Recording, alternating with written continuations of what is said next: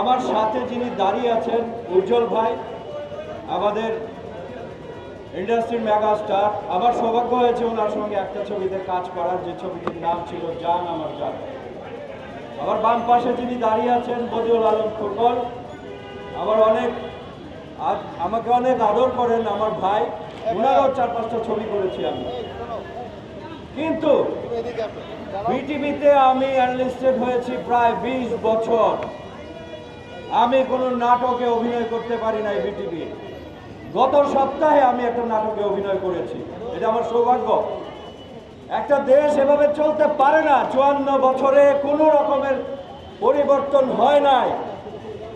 কেন শিল্পীদেরকে বৈষম্যের খাতায় রাখা হবে? আমি এটা বর্তমান সরকারের কাছে জানতে চাই। আমরা কি না খেয়ে মরে যাব? আমাদেরকে কেন ট্যাগ লাগানো হবে? কেন আমরা কাজ থেকে বঞ্চিত হব?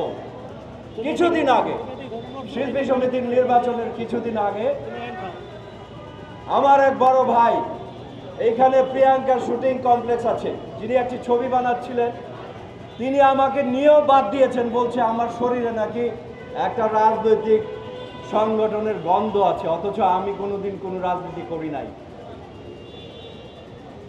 তো এগুলো চলতে থাকবে। জানি না কবে নাগাদ এ দেশ চেঞ্জ হবে। আমরা অলমোস্ট বুড়ো হয়ে গেছি, আমরা কি দেখে যেতে পারবো কিনা?